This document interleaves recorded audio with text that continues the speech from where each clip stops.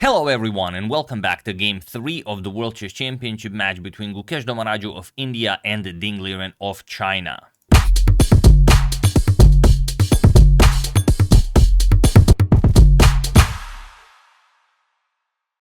A lot of you have been asking when the Medobot is coming to ICC, and it is going to be very soon. Until then, you can check out some of their other bots, and also you're welcome to follow them on social media. We'll put some links in the description below, so you can enjoy nice photos like this one, for example, by the legend of photography himself, Llada. A nice photo of the handshake from round 3. Again, no eye contact, so we are still waiting for that eye contact to happen. Probably, at some point, if Gukesh equalizes, maybe then, we'll have some eye contact action. Until then, let's check out the game. So here, game 1, we've seen what happened. It was a brilliant display by Ding with the black pieces. Gukesh tried e4, Ding counter with the French, and, well, the rest is history. Then in game 2, it was Ding who tried e4, but not a lot, not a lot of game in that one. And here we have something completely different, much like in game 1 of the first ever World Chess Championship match in 1886 between Johannes Zukertort and Wilhelm Steinitz. Pawn to d4 was played, but in that game Steinitz was black. Steinitz replied with pawn to d5. Here Ding goes for knight to f6 instead. And okay, let's see what Gukesh has in mind. Knight to f3, we have pawn to d5, pawn to c4 and e6. The most classic opening there is, the Queen's Gambit declined. Let's see, do they go into some well-known theory, or has someone prepared something out of the right out of the opening?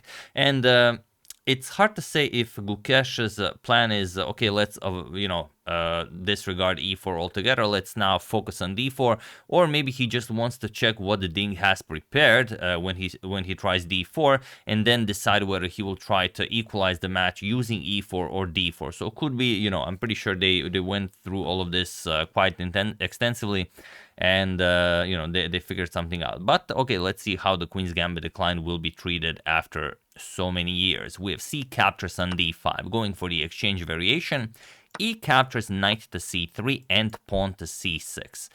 We have queen to c2 and pawn to g6. The queen being on c2 is a very normal square for the queen. e4 is being prepared, so g6 makes sense. The bishop can come to g7, and also you will have support for bishop to f5 to kick away the queen.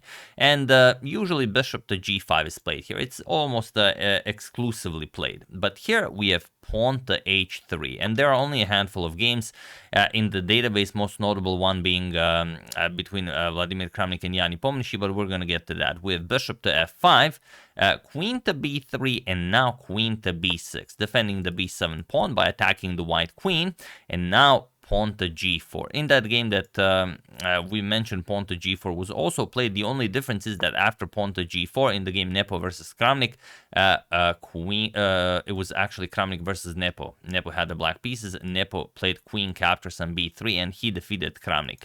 But here, rather bishop to e6 was played. The trade was avoided. But here queen captures on b3 is played, and it is now, as of move 9, that we have a completely new game. So queen captures on b3, new move. We have a captures on b3 and bishop to c2. Okay, it's not much, but if you can, snatch the b3 pawn, could go a long way. Bishop to f4. Asking, are you maybe interested in the b3 pawn? Well, not right away. Pawn to h5 first by Ding, and we're going to discuss why not.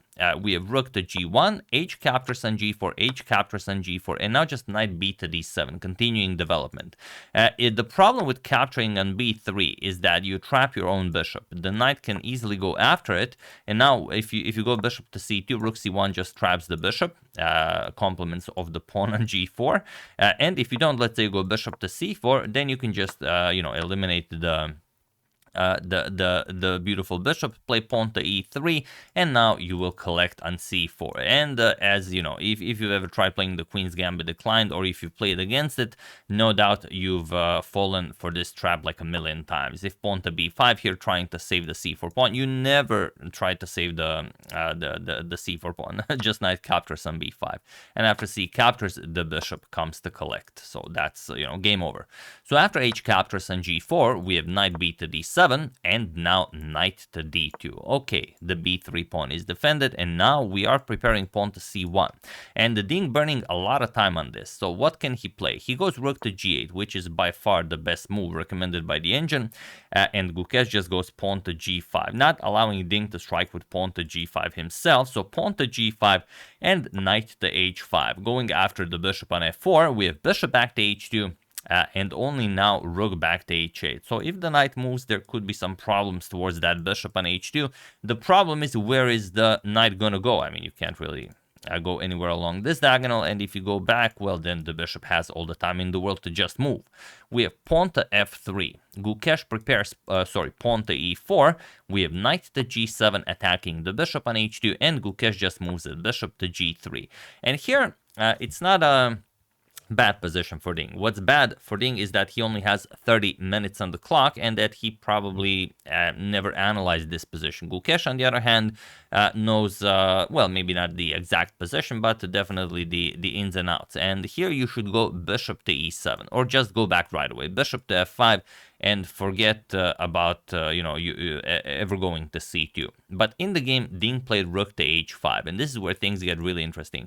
Now, bishop to e7, it's easy to make such a statement when analyzing the game afterwards, with an engine, because it's so complicated. I mean, I have to show it. Bishop to e7, okay, Gukesh will strike with e4. This not only grabs the full center, but also prevents the bishop from going back. And now what the Ding would have to do is play knight to e6, allow rook to c1 to trap the bishop, and now just play d captures on e4. And now look at this. Rook captures on c2 isn't all that impressive, because after knight captures on d4, you attack the rook, and now you can't really go back. If you go back, then something like e3 chases away the knight, and after the knight moves, now you just capture with check, and you can't even play king f2 due to the pawn, and you're going to lose the rook on g1. But okay, it's not forced. Here, after, for example, this d captures an e4 move, you can go d5, and only after c captures and rook captures, now you go knight to d4, and you play king to d1. And okay, Ding is probably a little bit better, but it's definitely playable. Knight captures rook, king captures rook to c8, and the game continues with Ding, having a more powerful position, but being down a piece. Not really a piece. You can see that it's two rooks, bishop, and knight versus a rook, two bishops, and two knights. So fairly equal, but probably a little bit easier to play for Ding. But okay, after bishop to g3, rook to h5 was played by Ding, and this is now very, very different. Now Gukesh again strikes with pawn to e4, preparing rook to c1 to trap the bishop, and Ding plays d captures on e4. He should have played knight to e6, like in the line that we've discussed. Here it would be somewhat different due to the change of the moves of rook h5 for bishop to e7, but still, after rook to c1 and knight captures on d4, you will play bishop to f2. Attack the knight, force away the defender of the bishop on c2, and only after something like bishop to c5, bishop captures, removing the defender of the bishop, but it comes with an attack on the rook on g1. You will move the rook, and then bishop captures on c3, b captures, and bishop captures on b3. At least you will grab a pawn, knight captures, d captures, for example, captures, and yes, Gukesh would be up a bishop, but Ding would be up 2 pawns, and now if those pawns start marching forward, could be very interesting. But still, we have to prefer white due to the extra piece. So it's incredibly complicated, especially for 27 minutes on the clock. This is extremely unpleasant. So Ding played d captures on e4, f captures on e4, and now knight to e6, and now Gukesh goes rook to c1. We have knight captures on d4, similar like all of the lines that we've discussed, bishop to f2, and now Ding goes for bishop to g7. Probably bishop to c5 was a little bit better, but after bishop to g7, there is only one move that gives advantage to Gukesh, and no doubt you guys can see what it is. Just in case you haven't seen the game, pause the video and try to find it. You will feel awesome.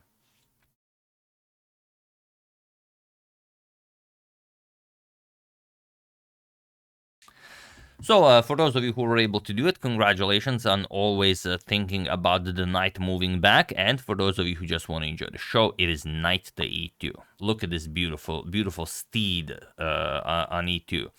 Now the knight is attacked, the bishop is attacked if the knight moves, and also even if you capture, then bishop captures. The bishop is attacked, and also now the rook on h5 is attacked. And if instead after knight to e2 bishop captures and b3 is played, it doesn't matter. All of the trades are in your favor. Just bishop captures and d4, bishop captures, knight captures. Again, the bishop is hanging. Well, you can move it, but just we're gonna trade, and always Gukesh will be up a piece.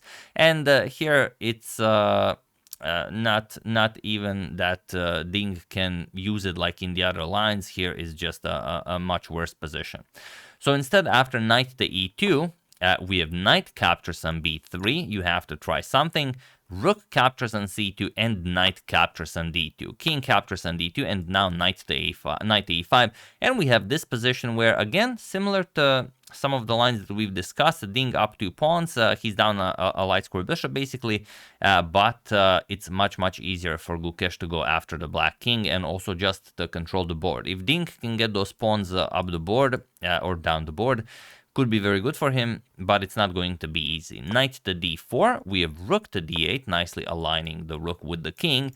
King to e2, and now rook to h2. Okay, not a terrible position for Ding, but still very difficult to play. Bishop to g2. And now, or you could even go knight f3. That's also very nice.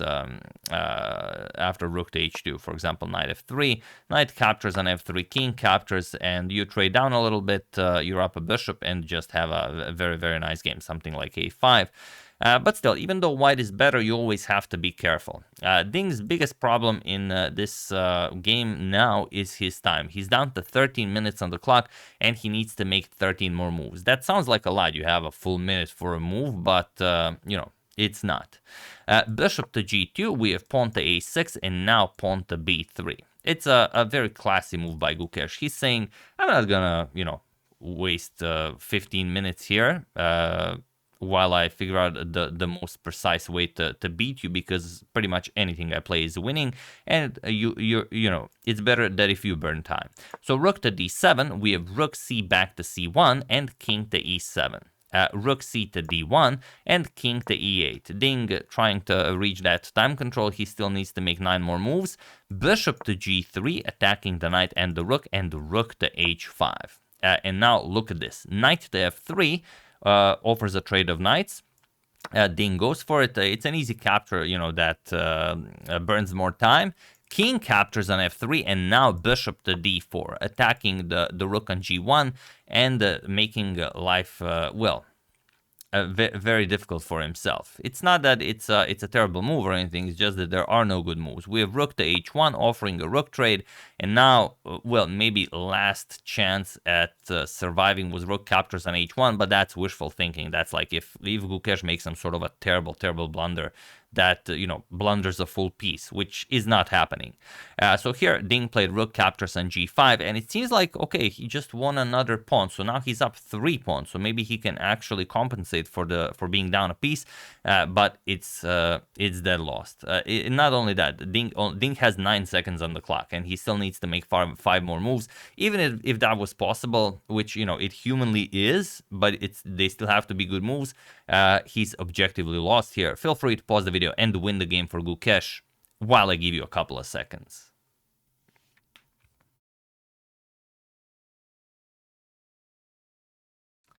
The move in question is none other than bishop to h3. This is what Gukesh played, and okay, Ding had a couple of seconds, of course, he missed that move, but even if he didn't miss it, there weren't any better alternatives. And the reason why this is so powerful, and this is just amazing, is that if you move look at where is the rook going? The pawn covers d5, the bishop covers d6, so you can't really go to c7 because the rook also has to defend the bishop on d4, and if you go to d8 or e7, okay, we're not even going to discuss e7 because you have to keep an eye on the bishop, but if you go to d8, then bishop to h4. Look at this. Attacks the rook and the rook, and it's not just that you're going to lose the exchange, also you're going to lose that bishop here. Bishop captures, king captures, rook captures, and d4 check. Now we're going to be down a bishop and the rook, and of course that's just silly to even discuss. So after bishop to h3, Ding blitzed out pawn to f5. Not even blitzed out, he spent 4 seconds on the move. bishop to f4. Gukesh playing the most precise way. Here, Ding played rook to h5, but also upon playing this, he lost on time. So he was in this position on move 37 that Ding Liren lost on position, on time, and he was just completely obliterated after going into a position that was so complicated that even the great Ding Liren couldn't, navigate safely. And even if he didn't resign, there's a beautiful win here. Even if he didn't lose on time, I'm sure you guys see it, but just in case you don't, it's bishop captures on f5. Making it impossible for black to continue because, well, bishop captures here will just win a full rook. Also, the rook is hanging, and also if you just capture on h1, first we're going to capture this rook with check, and after king captures, then you capture this one. Now you're just down a full rook, and of course, completely winning. So very, very different, turn of events as from what we were, expecting. Probably a lot of you were just thinking, okay, Gukesh will again try an e4. He found some sort of an improvement on how to attack Ding's French. No, he played d4 and he just completely obliterated the Ding. He just, blew him off the board. And even though Ding was better, like we said here, up until this point, maybe, knight h5, okay, Ding got a playable position, bishop to g3. Here, after choosing a completely non-sustainable plan, bishop to e7 was the way to go, even though you've seen what crazy position it was. So it was either get this bishop off of c2, before Gukesh strikes with pawn to e4, or try to play for the advantage and then also, just mess up completely like Ding did with rook to h5. With bishop to e7, still playable, or like we discussed, just go back with the bishop to f5. You can play it, but definitely not like this. So yeah. That's the game. Hope you guys enjoyed it. I mean, very, very, very interesting turn of events. I'm loving it that Gukesh was able to equalize the match so early on, because now, it's gonna be, who tries what. Will Ding repeat what he did in the last game? Because okay, last game wasn't all that exciting. Maybe Ding will try to keep it like that, but then again, he should look for something more with the white pieces. We'll see how it goes, but certainly Gukesh deserved this one. Very, very much deserved it. He played beautifully, and if this is the Gukesh that we will be seeing, from this point on, this could be an amazing World Chess Championship match. I'm hoping to see, a much better Ding. Because okay, he did win game 1, but that was it wasn't so much Ding winning as Gukesh losing, and this one was really Gukesh just beautifully playing an extremely complicated position. So very much looking forward to what comes in game 4. We'll see what happens. So hope you enjoyed it. I would like to thank Dan McCormick, Chris Johnstone, David Gasparian, Heather Porat, and Derek King for a contribution to my channel. Thank you a lot. I really appreciate it. As usual, you can check 2 of my previous videos here. Thank you all for watching, and I will see you soon, continuing to check up on this wonderful World Chess Championship match until it finishes. Thank you all. I will see you soon, and have an excellent rest of your day.